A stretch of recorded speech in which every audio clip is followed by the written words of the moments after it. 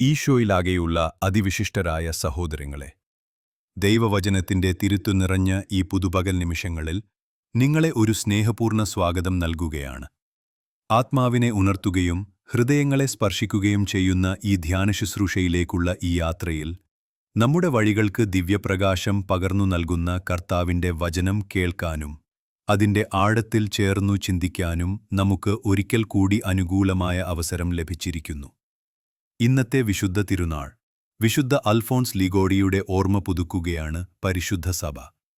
നിയമപണ്ഡിതനായിരുന്ന അദ്ദേഹം ലോകമതിപ്പുകളുടെ ശൂന്യത മനസ്സിലാക്കി ദൈവസന്നിധിയിൽ മാത്രം ജീവിതം സമർപ്പിക്കാൻ ധൈര്യപൂർവം മുന്നോട്ടുവന്ന വിശുദ്ധനാണ്. അദ്ദേഹത്തിന്റെ പാത നമുക്ക് ഒരു തീവ്രമായ സന്ദേശം നൽകുന്നു. ആണവമാനദണ്ഡങ്ങളിലല്ല, മറിച്ച് ദൈവീകതയുടെ ദീപ്തിയിൽ സത്യജ്ഞാനം കണ്ടെത്തുക എന്നതിലാണ് യഥാർത്ഥ വിജയം. ഇന്നത്തെ ധ്യാനത്തിന്റെ ഹൃദയകേന്ദ്രത്തിൽ സ്ഥാനം പിടിക്കുന്നത് പരിചയത്തിന്റെ ഭ്രാന്തായി മാറുന്ന ശക്തിയാണ്. നമ്മെ ചുറ്റിയുള്ള ദൈവസാന്നിധ്യത്തെയും അതിന്റെ അത്ഭുതപൂർണ്ണ പ്രവർത്തനങ്ങളെയും തിരിച്ചറിയാൻ നമ്മെ തന്നെ എങ്ങനെ അവഗണ്യരാക്കുന്നുവെന്നതിനെക്കുറിച്ചാണ് ഇന്ന് നാം ഒരുമിച്ച് ആലോചിക്കുന്നത്. പലപ്പോഴും നാം സ്ഥിരമായി കാണുന്നതുകൊണ്ടോ അറിയാമെന്ന് തത്സന്തോഷത്തിൽ മുങ്ങിയിരിപ്പതിനാലോ ദൈവം നമ്മിൽ ചെയ്യുന്ന കാര്യങ്ങൾ വെറുമൊരു സ്വാഭാവികതയായി തോന്നുന്നു. അതിന്റെ ദൈവീകത മറവിയാകുന്നു.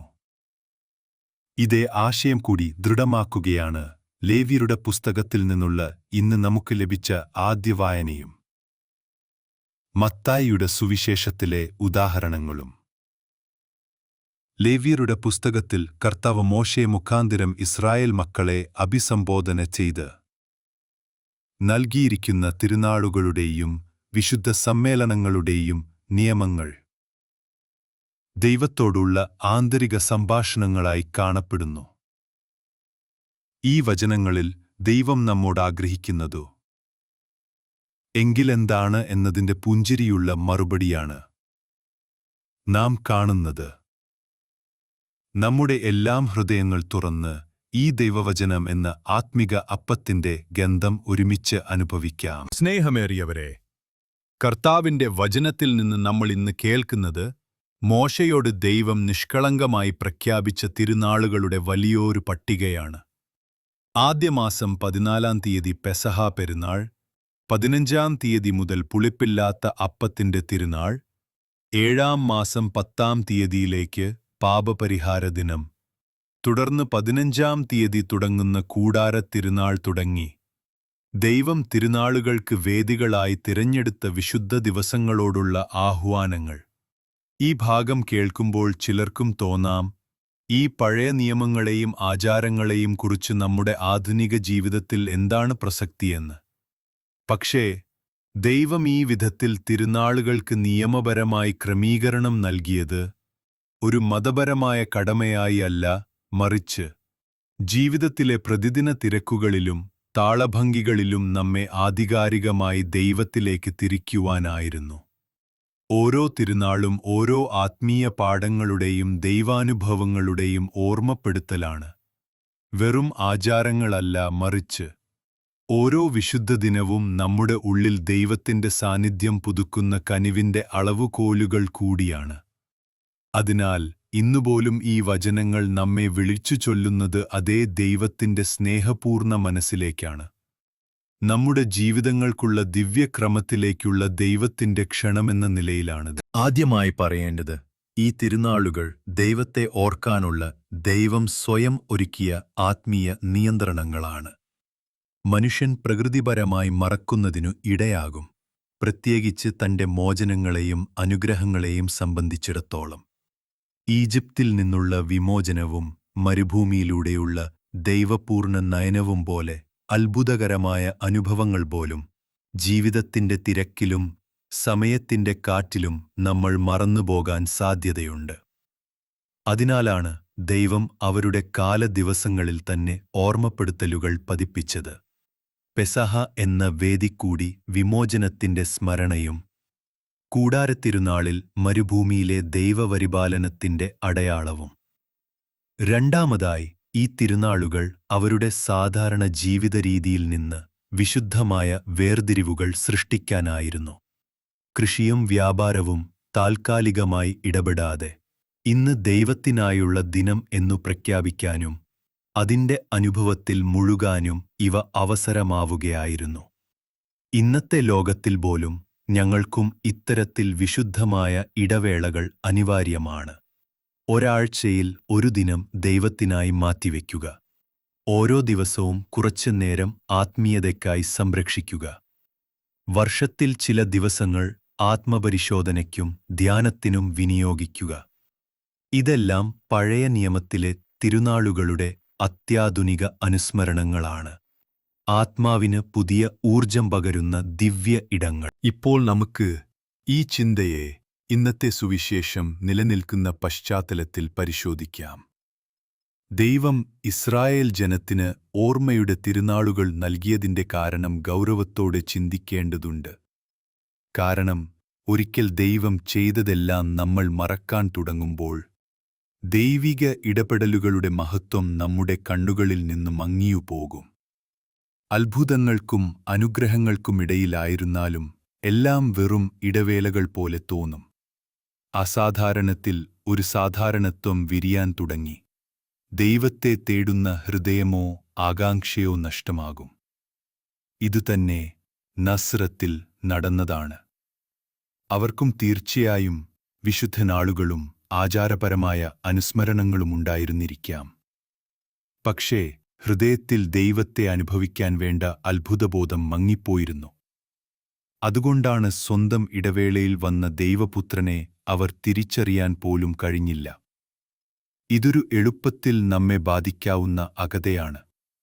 ഓരോ അനുഗ്രഹത്തിനും പിന്നിൽ ദൈവമുണ്ടെന്ന് തിരിച്ചറിയാതെ അതെല്ലാം നമ്മുടെ പരിശ്രമങ്ങൾ കൊണ്ടുമാത്രം സാധ്യമായതായി കരുതുമ്പോൾ ദൈവം എന്ന സ്നേഹബന്ധം നഷ്ടപ്പെടാൻ തുടങ്ങും. അതിനാൽ നമുക്കെപ്പോഴും ദൈവത്തെ ഓർക്കുന്ന വിശുദ്ധ നിമിഷങ്ങൾ ജീവിതത്തിൽ നമിരട്ടി തീർത്തു നൽകണം. അതായത് നിശ്ചിത സമയങ്ങളിലോ ദിവസങ്ങളിലോ ദൈവത്തോട് കൂട്ടായ്മയ്ക്കുള്ള തിരുനാളുകൾ പോലെ ആത്മാവിന്റെ ഉണർവിനും നന്ദിയുടെയും ആഴമുള്ള ആലോചനകൾക്കുമായി. ഇന്നത്തെ സുവിശേഷം നമ്മെ ഒരു അതീവ ഗൗരവമുള്ള ആത്മീയ യാഥാർത്ഥ്യത്തിലേക്ക് കൊണ്ടുപോകുന്നു. ഒരാളുടെ ഏറ്റവും വേദനാജനകമായ അനുഭവങ്ങൾ പലപ്പോഴും അവന്റെ സ്വന്തം മനസ്സിലായവരിൽ നിന്നായിരിക്കും വരിക. യേശുവിന്റെ ജീവിതത്തിൽ അതിന്റെ കഠിനമായ ഉദാഹരണം തന്നെ മത്തായി നമ്മെ മുന്നിൽ വെക്കുന്നു. തന്റെ ജന്മനാട്ടിലേക്കായി തിരിച്ചുവന്ന യേശു അവിടുത്തെ സിനഗോഗിൽ അധ്യാപനം ആരംഭിച്ചപ്പോൾ ജനങ്ങൾ അതിന്റെ മഹത്വത്തിൽ ഞെട്ടിയെങ്കിലും അതിനെ സ്വീകരിക്കാൻ അവരുടെ ഹൃദയങ്ങൾ തയ്യാറായിരുന്നില്ല. ഇവൻ ആ സാധാരണ മരപ്പണിക്കാരന്റെ മകനല്ലേ? ഇവന്റെ അമ്മ മറിയമാണ്, സഹോദരന്മാർ നമ്മോടൊപ്പം തന്നെയല്ലേ? പിന്നെ എവിടെയാണു ഈ ജ്ഞാനവും ശക്തിയും എന്നൊക്കെയുള്ള ചോദ്യങ്ങൾ അവരുടെ ഉള്ളിലൊഴിഞ്ഞിരുന്ന സംശയങ്ങളും മുൻവിധികളും വെളിപ്പെടുത്തുകയാണ്. അവർക്ക് അത്ര അടുത്തിരുന്നവനിൽ ദൈവികതയെ തിരിച്ചറിയാൻ കഴിയില്ലായിരുന്നു. കാരണം പരിചയം അവരെ അന്ധമാക്കിയിരിക്കുന്നു. അവിശ്വാസത്തിന്റെ മുഖം അവരുടെ പ്രതികരണങ്ങളിൽ തെളിഞ്ഞു. അതിന്റെ ഫലമായി യേശുവിന് അവിടെയായി അധികം അത്ഭുതങ്ങൾ നടത്താൻ പോലും സാധിച്ചില്ല. ഈ സന്ദേശം നമുക്ക് ഓർമ്മപ്പെടുത്തുന്നതാണ്, നമ്മൾ എത്ര അടുക്കളായാലും എത്ര ആത്മീയമായി സംസാരിച്ചാലും ഒരാളെ തിരിച്ചറിയാൻ മനസ്സില്ലെങ്കിൽ ദൈവം ചെയ്യുന്ന അത്ഭുതങ്ങളെയും നിമിഷങ്ങളെയും കാണാനാവില്ല. നമ്മുടെ മനസ്സു തുറക്കുക മാത്രമാണ് വിശ്വാസത്തിലേക്കുള്ള വാതിൽ. സ്നേഹമേറിയവരെ, നസ്രത്തിലെ ജനങ്ങൾക്കുള്ള ഈശോയുടെ സാന്നിധ്യത്തിന് അവരെത്ര പ്രതികരിച്ചുവെന്ന് ആഴത്തിൽ വിശകലനം ചെയ്യുമ്പോൾ 3 പ്രധാന സ്വഭാവങ്ങളാണ് അവരുടെ ഉള്ളിൽ നമുക്ക് കാണാൻ കഴിയുന്നത്. ആദ്യം, അവർ അത്ഭുതപ്പെടുന്നു. ഇവന് ഈ ജ്ഞാനവും ശക്തിയും എവിടെ നിന്നാണ് വന്നത് എന്ന ചോദ്യത്തിലൂടെ അവർ അവന്റെ വാക്കുകളിൽ അതിശയകരമായ ജ്ഞാനവും അധ്യാപനങ്ങളിൽ അസാധാരണമായ അധികാരവും തിരിച്ചറിഞ്ഞു. യേശുവിന്റെ ഉപദേശങ്ങളിൽ അഴുക്കില്ലാത്ത കാഴ്ചപ്പാടും ദൈവിക തലത്തിലുള്ള ആത്മവിശുദ്ധിയും അവർ കാണുന്നു. ഒപ്പം സാധാരണ മനുഷ്യനിൽ നിന്നും പ്രതീക്ഷിക്കാനാകാത്ത തീവ്രമായ സത്യം. എന്നാൽ ഈ ആത്മതൃപ്തികരമായ അദ്ഭുതം അവരെ വിശ്വാസത്തിലേക്ക് നയിക്കേണ്ടിടത്ത് അവർ സംശയത്തിന്റെ വഴിയിലാണ് തിരിഞ്ഞത്.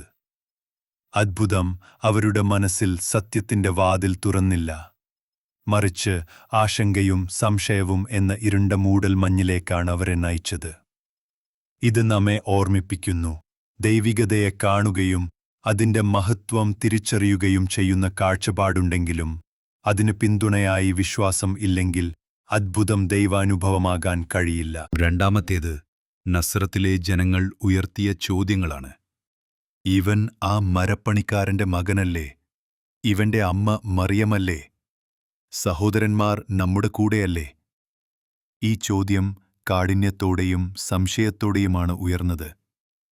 ഇവിടെയാണ് അവരെ വിശ്വാസത്തിൽ നിന്ന് പിന്തിരിപ്പിച്ച മൂലകാരണമായ അതിപരിചയം തെളിയുന്നത്.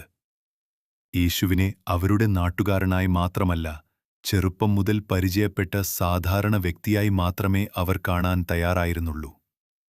അവന്റെ കുടുംബം, ജനനം, ജീവിതമുറ, ഓൾ ടു ഫെമിലിയർ. ഈ പരിചയത്തിന്റെ ചട്ടക്കൂടിൽ കുടുങ്ങിയതുകൊണ്ട് അവനിൽ ഒളിഞ്ഞിരുന്ന ദൈവീയത അവർക്ക് കാണാൻ കഴിയില്ല. അവർക്ക് മുന്നിലുണ്ടായിരുന്നത് ജോസഫിന്റെയും മറിയത്തിന്റെയും മകനായ യേശുവായിരുന്നു. ആ ചിത്രം തകർത്ത് ദൈവപുത്രനെ കാണാൻ അവരുടെ ഹൃദയം തുറന്നില്ല. ഇതൊരു ആശങ്കാജനകമായ ആത്മീയ പ്രശ്നമാണ്. കാരണം അതിപരിചയം ഒരിക്കൽ നമ്മുടെ ഹൃദയം മൂടിത്തുടങ്ങിയാൽ ദൈവം നമ്മിൽ ചെയ്യുന്ന അത്ഭുതങ്ങളും പുതുമകളും കാണാതെ പോകാം. ഞാൻ പണ്ടേ സഭയിൽ പോകുന്നവനല്ലേ? ബൈബിൾ മുഴുവൻ എനിക്കു മനസ്സിലല്ലേ? കുർബാനയുടെ ഓരോ ഭാഗവും ഞാൻ ഓതാം എന്നൊക്കെയുള്ള സ്വയം സന്തോഷകരമായ ചിന്തകൾ നമ്മെയും നസ്രത്തിലെ ജനത്തോളം തന്നെ അടുപ്പിച്ചേക്കാം. എത്രമാത്രം നാം വിശുദ്ധ കുർബാനയെ ഓരോ തവണയും ആദ്യമായി അനുഭവിക്കുന്നതുപോലെ ആഴത്തിൽ ആത്മാവോടെ സ്വീകരിക്കുന്നു. ഓരോ പ്രാവശ്യവും ദൈവവചനത്തിൽ നിന്ന് പുതിയ ഒരു വെളിച്ചം, ഒരു നിമിഷമെങ്കിലും ഒരു സംഭവം ഓർമ്മയിൽ വരുമ്പോൾ അതിൽ നിന്ന് ഉയരുന്ന ജീവിതപാഠം ഇന്നത്തെ സന്ദേശവുമായി ചേർന്നു പോകുന്നതാണ്. ലോകപ്രശസ്തനായ ഒരു സംഗീതജ്ഞൻ ഒരു ദിവസം തന്റെ രൂപവും വേഷവും മാറ്റി നഗരത്തിലെ തിരക്കേറിയ റെയിൽവേ സ്റ്റേഷന്റെ ഒരു കോണിൽ താമസിച്ചുകൊണ്ടു തന്റെ കോടിക്കണക്കിന് വിലയുള്ള വയലിൻ എടുത്ത് വായിക്കാൻ തുടങ്ങി. അവൻ അവതരിപ്പിച്ചത് സമ്പൂർണ്ണ ക്ലാസിക്കൽ സംഗീതത്തിന്റെ അത്യുഗ്രതയായിരുന്നു. ലോകം മുഴുവൻ നിലകൊള്ളുന്ന സംഗീതപ്രേമികൾ കാത്തിരുന്ന ഗീതങ്ങൾ. എന്നാൽ അനേകം ആളുകൾ അവനെ നോക്കിയും നിസ്സംഗരായി കടന്നുപോയി. ചിലർ കുറച്ചു നിമിഷം നിന്നു കേട്ടു, ഒരു ഭാഗം ചില്ലറ കൊടുത്തു, പിന്നെ യാത്ര തുടരിച്ചു. അതേ സംഗീതജ്ഞൻ ആ സംഗീതം ആലപിച്ചാൽ ആദരവോട് കേൾക്കാൻ ആയിരങ്ങൾ ടിക്കറ്റെടുത്തു വേദിയിൽ കാത്തിരുന്നിരിക്കും. ഈ രണ്ട് രംഗങ്ങൾ തമ്മിലെ വ്യത്യാസം പരിസരം മാത്രമല്ല, ആളുകളുടെ കാഴ്ചപ്പാടാണ്. വേഷവും സ്ഥലവും അറിയപ്പെടുന്ന തൂവാലകളില്ലാതായപ്പോൾ സംഗീതം കേൾക്കാൻ ഇവർക്കായില്ല. നസ്രത്തിലെ ജനത്തോടും ഇതേതാണ് സംഭവിച്ചത്. യേശുവിനെ അവർ ആ മരപ്പണിക്കാരന്റെ മകനായി കണ്ടു. ദൈവപുത്രനെന്ന മഹത്വം അവന്റെ സമാനത്വത്തിൽ മറഞ്ഞുപോയി. ദൈവികതയുടെ സംഗീതം അവരുടെ കാതുകളിലെത്താൻ മുമ്പേ മുൻവിധികളും പരിചയത്തിന്റെ ഭാരം അവരെ അവശരാക്കി. ഈ അനുഭവം നമ്മോടും ചോദിക്കുന്നു. ദൈവം നമ്മിലേക്ക് സംസാരിക്കുമ്പോൾ നമ്മൾ അത് തിരിച്ചറിയാൻ തയ്യാറാണോ? നാം കാത്തിരിക്കുന്നത് വലിയ വേദികളിലൂടെയോ പൊൻവില? ഇത് നമ്മുടേതായ വീടുകളിലും ഹൃദയബന്ധങ്ങളിലുമാണ് പലപ്പോഴും ആവർത്തിക്കപ്പെടുന്നത്. മാതാപിതാക്കളെ വിലമതിക്കാതെ നോക്കുന്ന മക്കൾ, ജീവിത പങ്കാളിയുടെ ആഴമുള്ള കരുതലും നിലനിൽപ്പും കാണാതെ കഴിയുന്ന ഭർത്താവോ ഭാര്യ, ഒരു സഹപ്രവർത്തകന്റെ കഴിവും പ്രതിഭയും ശ്രദ്ധിക്കാതെ അവനെ താഴെ കണ്ട കണ്ണുകളിലൂടെ നോക്കുന്ന കൂട്ടുപണിക്കാരൻ. ഈ അവഗണനകളെല്ലാം നസ്രത്തിൽ നിന്നുയർന്ന ആ മനോഭാവത്തിന്റെ ഇപ്പോഴത്തെ പ്രതിഫലനങ്ങളാണ്. അതിപരിചയം മാന്യമായ ബഹുമാനത്തെ ചൂഷണം ചെയ്യുന്നു. അത്ഭുതബോധത്തിന് പകരം അനാസക്തിയുടെയും അവഗണനയുടെയും കറുത്ത മറയാണ് അത് വയ്ക്കുന്നത്. മൂന്നാമതായി, നസ്രത്തിലെ ജനങ്ങളിലെ ഇടർച്ചയെയും അവിശ്വാസത്തെയും നോക്കുക.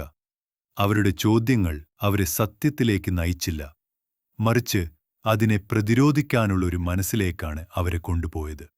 അവർക്ക് അവനിൽ ഇടർച്ചയുണ്ടായി എന്ന് തിരുവചനം പറയുന്നു. കാരണം അവർ കണ്ടതൊരുപക്ഷേ തങ്ങളിലേക്കും ജീവിതത്തിലേക്കും ചേർന്ന ഒരാളായിരുന്നു. എന്നാൽ കേട്ടത് ദൈവപുത്രന്റെ ജ്ഞാനവും അധികാരവുമാണ്. അതിനാൽ അവരുടെ മനസ്സിൽ കലഹം വളർന്നു. ഒരു തരം അസ്വസ്ഥത, ഒരിനം അസൂയ, തങ്ങളിലേക്കുള്ള അതിരുകളെ ഭേദിച്ചുകൊണ്ട് മുന്നേറിയ ഒരാളോടുള്ള അസ്വീകരണം. ഈ നിലപാട് അവരെ വിശ്വാസത്തിന്റെ വാതിലുകൾ അടയ്ക്കാൻ പ്രേരിപ്പിച്ചു. അതിന്റെ ഫലമായി അവിടെ യേശു അത്രത്തോളം അത്ഭുതങ്ങൾ പ്രവർത്തിക്കാൻ കഴിയില്ലായിരുന്നു. ഇടർച്ചയുടെ അടിത്തട്ടിലിരിക്കുന്ന ഇത് നമ്മൾ കടന്നുപോകാനാകാത്ത ഒരു ആത്മീയ സത്യമാണ്. യേശുവിന് അത്ഭുതങ്ങൾ ചെയ്യാൻ ശക്തിയില്ലായിരുന്നു എന്നല്ല പ്രശ്നം. എന്നാൽ ആ അത്ഭുതങ്ങൾ സ്വീകരിക്കാൻ തയ്യാറാകാത്ത മനസ്സുകൾ ദൈവിക പ്രവർത്തനങ്ങൾക്ക് വഴി ഒരുക്കിയില്ല. ഒരു അടച്ച കുപ്പിയിൽ വെള്ളമൊഴിക്കാൻ ശ്രമിക്കുന്നത് പോലെയായിരുന്നു അവസ്ഥ. വിശ്വാസത്തോട് തുറന്നിരിക്കുന്ന ഹൃദയമാണ് ദൈവകൃപയുടെ ഒഴുക്ക് ഏറ്റെടുക്കാൻ യോഗ്യമാകുന്നത്. നസ്രത്തിലെ ജനങ്ങളുടെ മനസ്സുകൾ മുൻവിധികളാലും സംശയങ്ങളാലും അടഞ്ഞുകിടക്കുകയായിരുന്നു. അവർ യേശുവിൽ കണ്ടത് ഒരു മരപ്പണിക്കാരന്റെ മകനായിരുന്നു. ദൈവപുത്രനെ തിരിച്ചറിയാൻ അവർക്കായില്ല.